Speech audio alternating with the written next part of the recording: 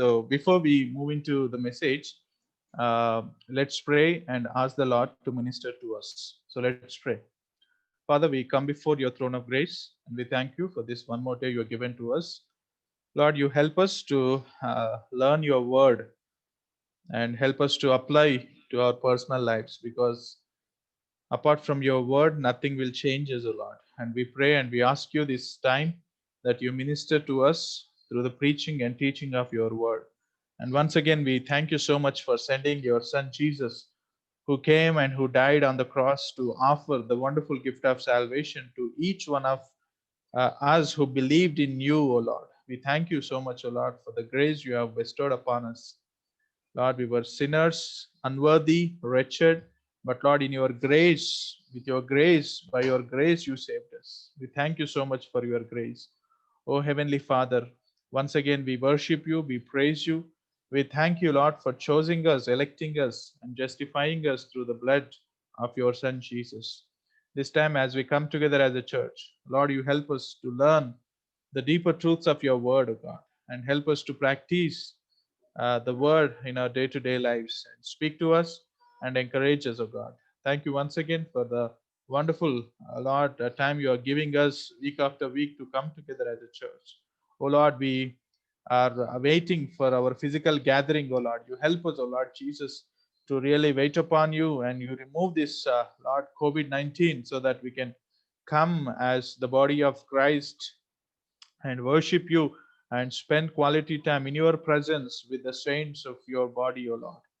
We give you all the glory, and you be with us and take control of this time. And Lord, remove all the distractions and let your name be glorified, O God. In Jesus' name, we ask this prayer. Amen. Amen. Amen. So, church, we have been meditating on Christian unity from Ephesians chapter 4. And let me remind you once again that the Spirit, the Holy Spirit, according to Ephesians chapter 4, we have already seen that the Holy Spirit has already united Christians throughout through the atoning sacrifice of our Lord and Savior Jesus Christ. Last time we have discussed about this point. And now, because we were already united by the Spirit of God, and Paul is telling the Christians that now it is our responsibility to preserve the unity of the body of Lord Jesus Christ. So last week we finished 7 elements which are foundational for the Christian unity. You know, we should preserve the unity of church in the bond of peace, because we are the children of the same God who is the Father of all. And we worship the same Lord who died on the cross to forgive our sins. And we have one Spirit who is the teacher and who is the guide for our spiritual lives. And also, we belong to one family, which is the body of Christ, the church.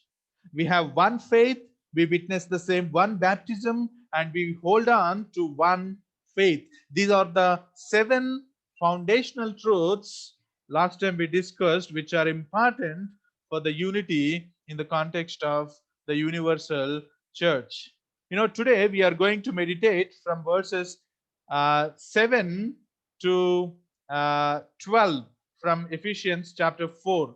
Just now, Divya read the scripture to all of us. You know, this is the wonderful chapter in Ephesians. You know, first 3 chapters, Paul lays the foundation of Christian faith. From chapter 4, 5, 6 till 6, he gives the practical application of the theory which already he mentions in first 3 chapters of book of Ephesians. So please follow me carefully as we are going to deal with these wonderful truths from the word of God. So once again, I want to read from Ephesians chapter 4, verse 7 till 12.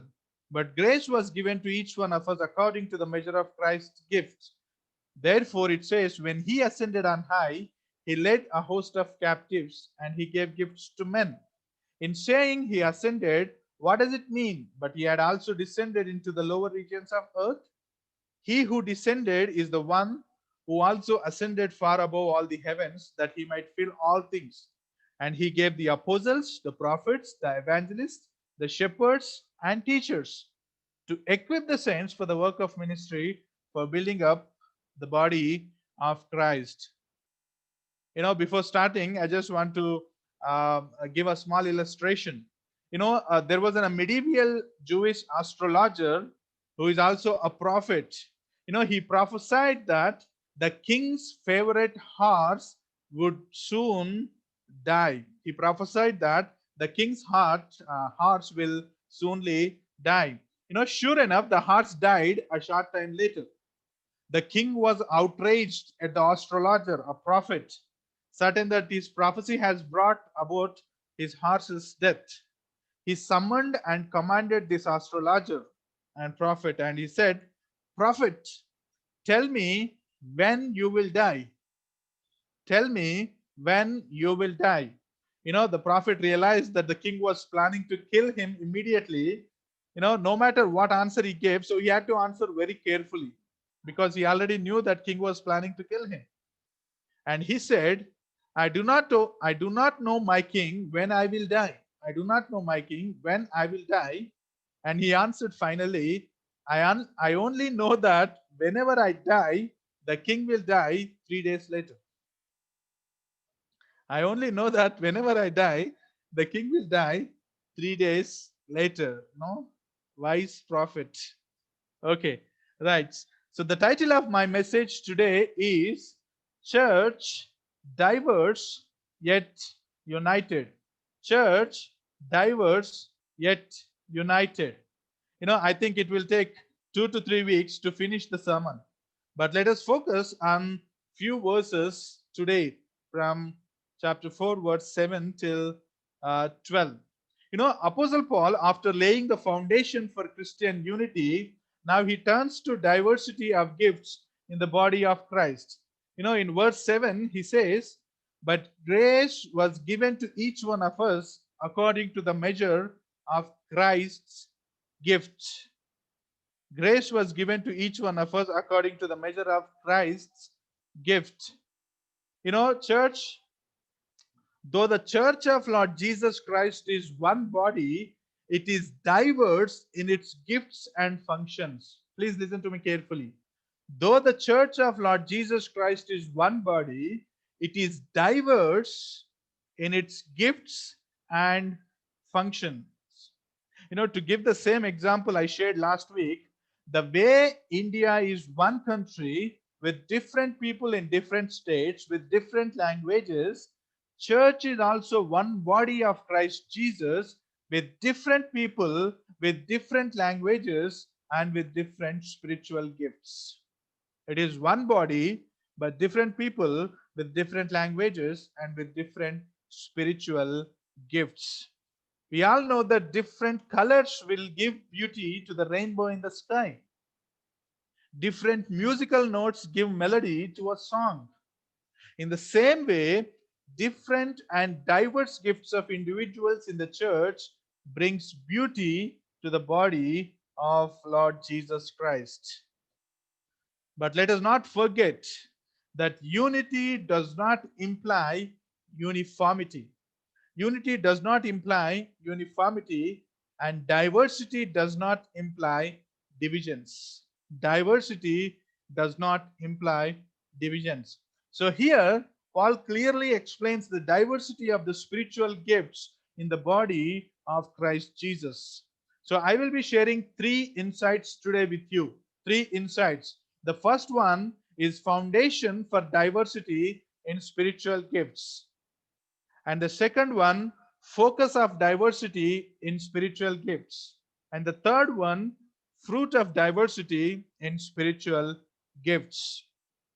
But today, let us see the first insight, the foundation for diversity in spiritual gifts. The foundation for diversity in spiritual gifts. Verse 7. But grace was given to each one of us according to the measure of Christ's gifts. Paul says, grace was given to each one of us according to the measure of Christ's gift. So let us ask this question: what is the foundation of our spiritual gifts? What is the foundation of our spiritual gifts? So the first thing, God is the author and provider of spiritual gifts. God is the author and provider of spiritual gifts.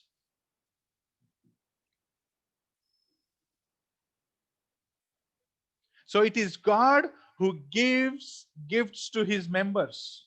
Paul says the same thing in verse 7. Grace was given. Who has given?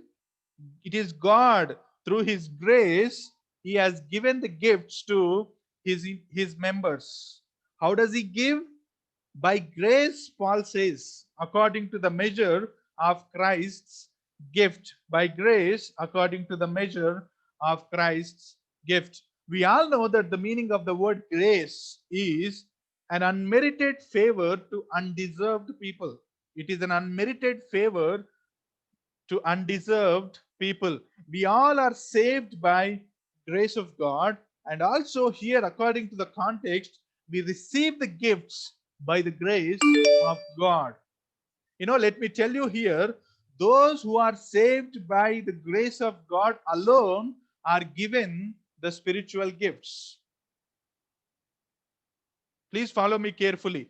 Those who are saved by grace alone are given the spiritual gifts. I am not talking about talents here. I am talking about spiritual gifts which are given by God alone. But let me remind you that spiritual gifts does not save a person from eternal condemnation. Only the grace of God saves. Once a person is saved, God bestows a spiritual gift or gifts to that particular person. It is a foundational truth. The spiritual gifts will not save a person, but once you and me are saved by the grace of God, God will bestow a spiritual gift, maybe one or more gifts to each one of us. And to support this claim, Paul quoted Psalm 68 here, especially verse 18, Psalm 68, verse 18, which says, when he ascended on high, he led a host of captives and he gave gifts to men. The whole message of Psalm 16, if you read, it is in a view of victorious king returning to Jerusalem from the battle. If you can read verse 18 and 17 and 18 from Psalm 68, it says, the chariots of God are twice 10,000, thousands upon thousands. The Lord is among them. Sinai is now in the sanctuary. Verse 18, you ascended on high, leading a host of captives in your train and receiving gifts among men, even among the rebellious, that the Lord God may dwell there. We all know that Jerusalem sits on a hill. So when the king returns, he ascends the hill. The picture is of a victorious warrior receiving a spoil after his victory and then distributing the spoil, which is a booty, as gifts to his people. To give a clarity, Martin Lloyd-Jones, he feels that here the picture is one of triumph over enemies. In ancient times, if a king or a prince or a great military captain waged successful warfare, when he came back to his own country, there was always a kind of victory parade. The conquered kings and princes and military chieftains and captains were all made to walk in the procession in their chains. The conqueror was leading captivity captive. He had taken his foes captive and was now making a public display of them. It is a picture in the Old Testament times. Paul applies the above scenario here to Christ Jesus. We all know that Jesus ascended to heaven after his resurrection, which is mentioned in book of Acts chapter 1. But here Paul says he led captivity captive. What is the meaning of he led captivity captive? It means Jesus winning the battle with Satan and evil hosts. To quote from Stephen Cole says, Christ defeated them at the cross. Colossians chapter 2, verse 15. But it may also allude to all of us who were formerly his enemies, but who were brought into willing submission at the cross. We are now his willing captives, ready to obey the one that we formerly hated. Paul further talks about Jesus' descension into the lower parts of the earth. In verse 9, he says he ascended. What does it mean? But that he had also descended into the lower regions of the earth. There are many theories on this. There are many theories. But John MacArthur, I'm giving only two theories here. John MacArthur, he says Jesus was dead physically, but his spirit is alive and he went to Hades to proclaim his victory over Satan. And he supports his claim from 1 Peter 3:18, where Peter says, for Christ also suffered once for sins, the righteous for the unrighteous, that he might bring us to God, being put to death in the flesh, but made alive in the spirit. In verse 19, he says, in which he went and proclaimed to the spirits in prison. And MacArthur says Jesus went to Hades to preach, to proclaim to these people who are in chains, especially in Hades. The other group says that Paul was simply talking about Jesus' death and his body, which was kept in the grave here. That's it.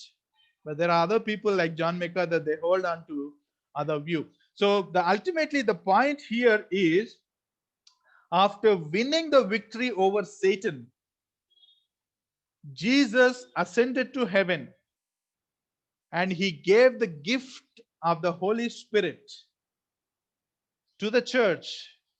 And with him also came all the spiritual gifts to the church of Lord Jesus Christ. That is the ultimate point Paul is making here. Jesus ascended when he was resurrected to heaven, and he said, I will send you the Holy Spirit, which is mentioned in John chapter 16, verse 7. But I tell you the truth, it is to your advantage that I go away. For I do not go away. If I do not go away, the helper will not come to you. But if I go, I will send him to you. So Jesus is saying here, Paul is saying here that Jesus sent the helper, who is the Holy Spirit, and with him also he brought all the spiritual gifts to the people who believed in the atonement of Christ Jesus. So the point I am making here is, God is the giver of gifts. God is the giver of gifts to his church members.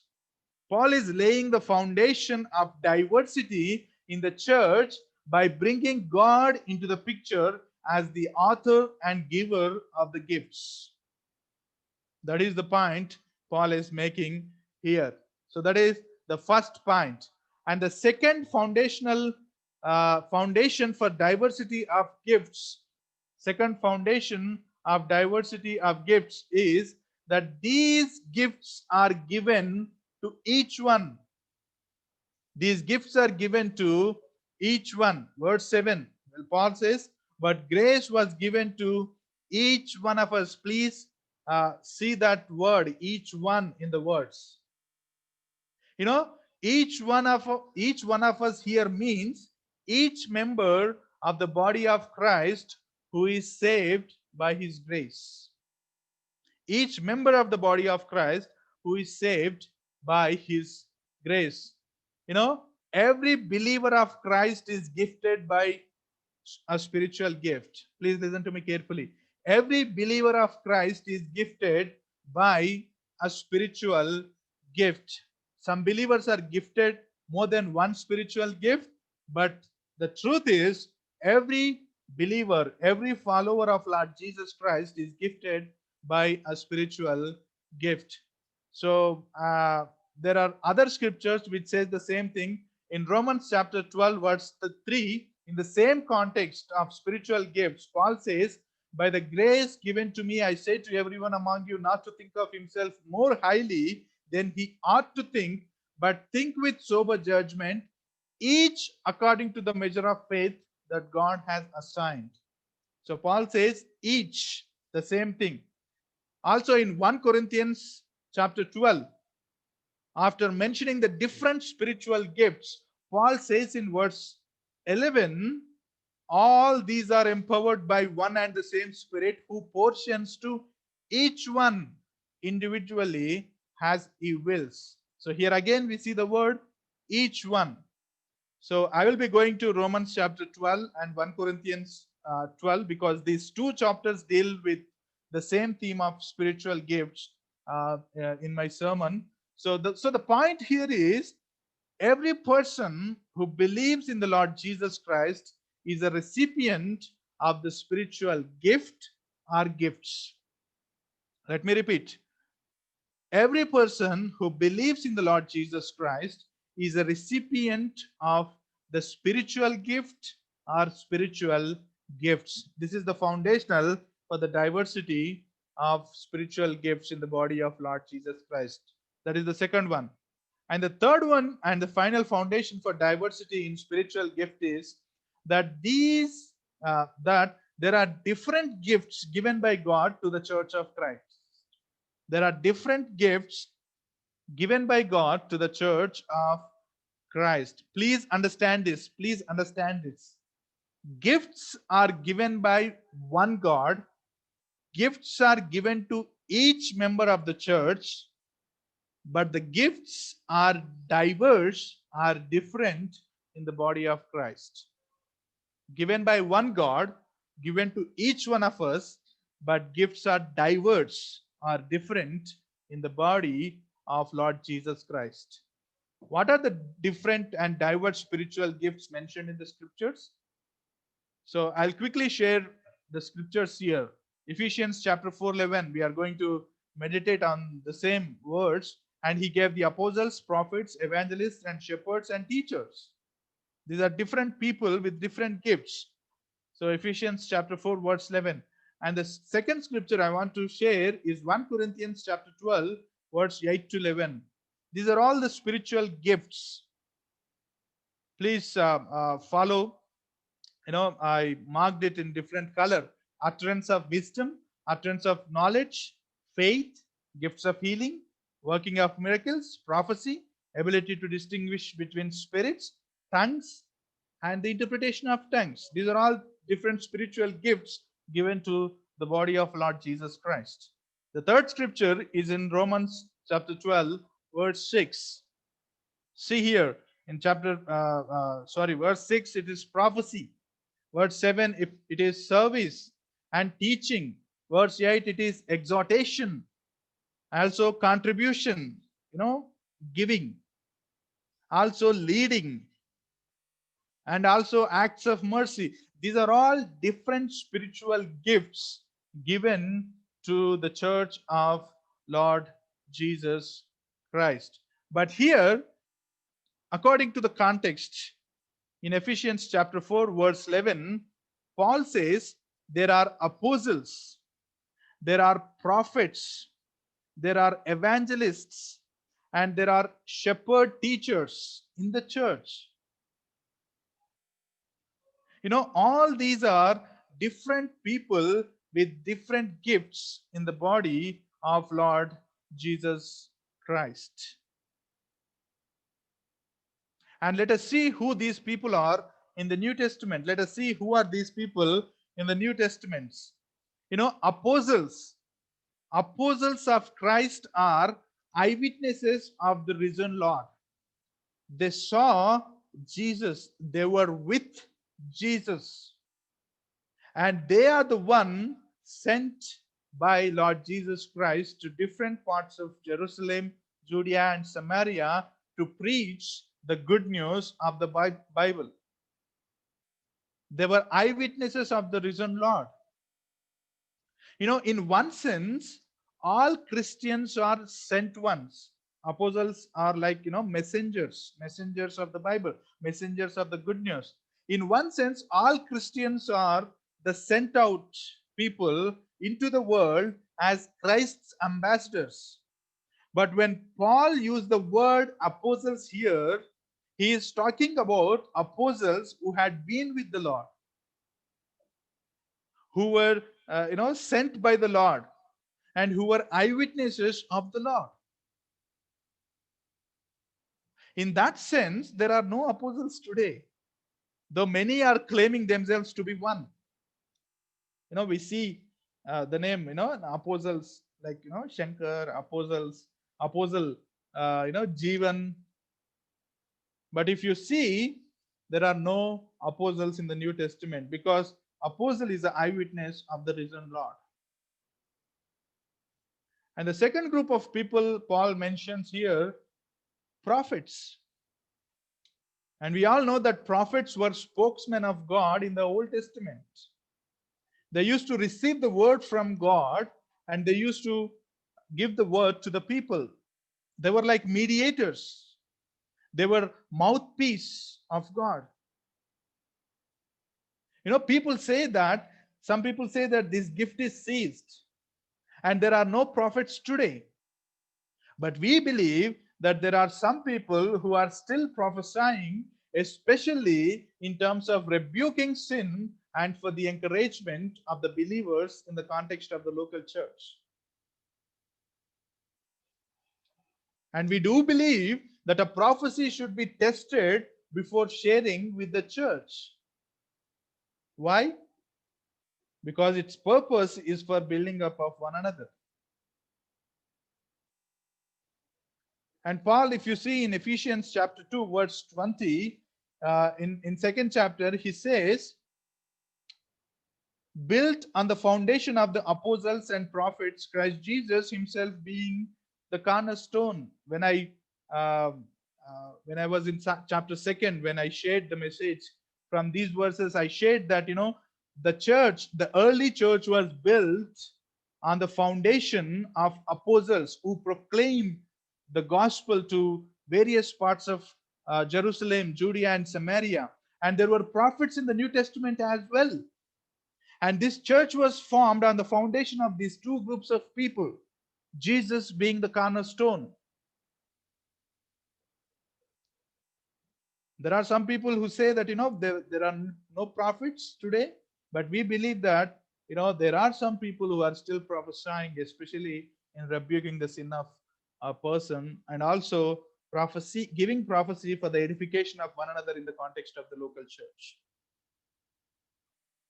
And the third group, Paul says here, evangelists. Evangelists are the people who are gifted in preaching the gospel in an effective way. Though everyone is called to share the gospel according to Matthew chapter 28, verse 19-20, all the church is called to share the good news of the people to the society, people who are around us. There are special group of people who are gifted in effectively sharing the gospel. And if you see, there are apologists who can really relate to these people with Q&A, question and answer session with signs. There are specially gifted people who can effectively sharing the gospel, but that doesn't mean that, only those people should share the gospel. No. We all are called to proclaim the gospel of Lord Jesus Christ to the people around us. And a final and fourth group Paul mentions here are shepherds and teachers. Shepherds and teachers. And most of the commentators says that these two offices belongs to one person. He's a shepherd and also he's a teacher. The pastor here is a shepherd who takes care of the flock by visiting people, counseling, calling, He's like a shepherd to the flock. But here we should understand that a pastor is also a person who feeds the flock with the word of God. He not only goes to people, visits, prays, counsels, but he is also a teacher of the word of God to the flock of God. So the point is, every pastor must be a teacher of the word. Every pastor must be a teacher of the word. Though every teacher of the word may not necessarily be a pastor. There are a lot of teachers there who can teach effectively more than some pastors of the local churches, itinerant evangelists, itinerant preachers. Yes, there are a lot of teachers, but they are not pastors. But if you are a pastor, if I am a pastor, I have to teach, I have to feed the flock of God with the word. That is the point here. So these four group of people are different: apostles, prophets, evangelists, and pastor and teachers, having four different gifts, but they belong to one body of Lord Jesus Christ. So these three are the foundational truths Paul is making here when he is talking about diversity of gifts in the body of Lord Jesus Christ. So what is the application? What is the application we can bring from this? I think I will just give three applications here and I will end, because there is second point which is very big, so I want to make it in separate sermon. So I will give quickly three applications and then we will close with the word of prayer. So one application, the first application, we have learned that God is the giver of gifts. God is the giver of gifts. Since God is the giver, let us not boast in our spiritual gifts. Church, let us not boast in our spiritual gifts. We have received them by the grace of God. We didn't earn them. God has given it to us freely. And let us not entertain pride when we preach effectively, when we evangelize passionately, when we serve wholeheartedly, and when we give generously. And some people, they are very prideful, especially when they give some things to the church. And we see this in traditional churches. If they give some fans and chairs to the church building, they will write, gifted by Dr. Shankar Babu, so that every person can see. And if you see up on the fan, you will see gifted by Anil. We received those gifts from God freely. Freely we received, and freely we have to give to others for the benefit of the body of Lord Jesus Christ. And some people entertain pride actually when they preach effectively, when they evangelize passionately. They say that some of the people, they say that I can answer all the questions, brother, I have all the knowledge. We can see the pride in their words. We receive these gifts from God. It is not our own doing. We didn't earn it. So let us be humble in acknowledging the gifts we have been blessed with. Let us be humble. And that is what Paul says actually. Humility is the one quality which is an important element in preserving the unity of the Lord Jesus Christ. Let us be humble in acknowledging the gifts we have been blessed with. And the second application is, let us be thankful to Jesus Christ for his death and resurrection, by which he won the victory over sin and Satan, and he delivered us from the captivity. Let us examine whether we are freed from the bondage of sin and Satan. And let me tell you, if anyone is still slave to sin in this group who are listening to this sermon, I would like to plead with you to repent of your sin and believe in the atonement of Lord Jesus Christ. He alone can forgive your sins. Apart from Christ Jesus, you are going to hell to spend your eternity there. Jesus came, Jesus died, Jesus rose, Jesus ascended, And Jesus has sent Holy Spirit to convict our sin. What a wonderful news.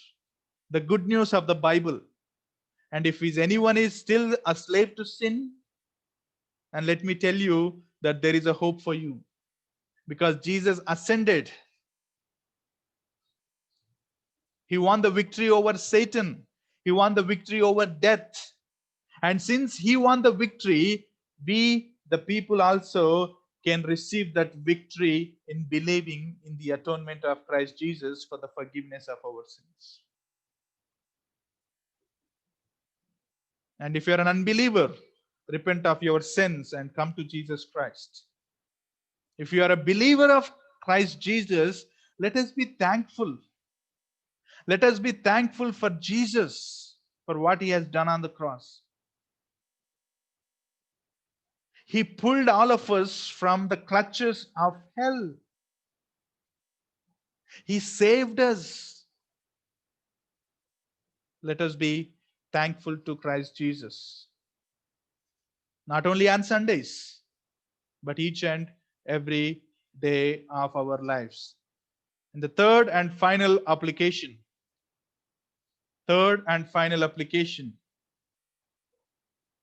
Each one is gifted by God, which tells us that each one is valuable to God. You know, each one of us are gifted by God, which also tells us that each one of us are valuable to God. You and I are precious to God, who is the Father of all. We are very precious to Him. Each one of us has one or more gifts. Because we are precious, God has gifted you and me with His precious gifts. But let me ask you this question. Do you know what your gift is? Do you know what your gift is? You know, some people in the church, they will confess that, Anna, I read the Bible, I pray, but I don't know, Anna, what is my gift? If that is your question, ask your friend in the church. Ask your spouse in the family. He or she will definitely tell you. A person who is very close to you will tell you what your gift is. And church, let us identify our gifts. It's very important. We have to identify our gift or gifts. Why? I will explain it in my next sermon. Why we should identify and what should be the focus of our spiritual gifts.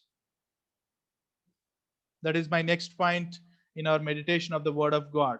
You know, why has Christ given these gifts to the church? What is the purpose and what is the focus of these gifts? We will see in my next sermon. But let me tell you that identify your gift. Please ask your brother, ask a sister in the church. He will definitely will tell you. When you identify, then only it will be useful for the body of Christ. If you fail in identifying your gift, you will not be useful for the body of Christ Jesus. Since we are precious to God, since we are very valuable to God, since we are gifted by God with His precious gifts, let us identify our gifts so that we can use it for the purpose of the body of Lord Jesus Christ. But let us be humble in acknowledging the gifts. Don't entertain any pride. Don't boast in our spiritual gifts. Whatever gift you have, but let us be humble and serve the body of Lord Jesus Christ with humility. So I will close here and then we'll see the second point in my next sermon. Let's pray.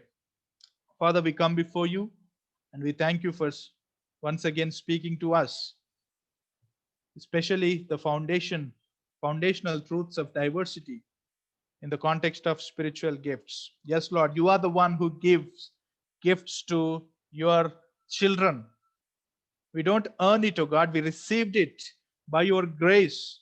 We are saved by your grace. We also received these gifts by your grace. We thank you so much, O God, for giving these gifts to each one of us, and help us to identify these gifts, O God, so that we can be useful for the edification of the body of Lord Jesus Christ. Thank you for speaking to us. Encourage us more and more in the coming days through the preaching and teaching of your word. Lord, may we not neglect the Sunday fellowship. May we not neglect the weekly fellowships where we can come together as a church, learn from one another, pray for one another, rebuke one another. Oh Lord, may we not just be like Sunday Christians, oh Lord, but help us to really invest our lives into others. Once again, we pray and ask you that you give us the time to come together as a church physically, where we can gather, worship one another, pray for one another, and spend quality time in your presence. We thank you once again for this time you have given to each one of us. We thank you, Lord, for the body of Lord Jesus Christ, where we are members of in it, O God. Be with us and guide us, and help us to live for your glory as a church as well. In Jesus' name, we offer this prayer. Amen. Amen. Okay.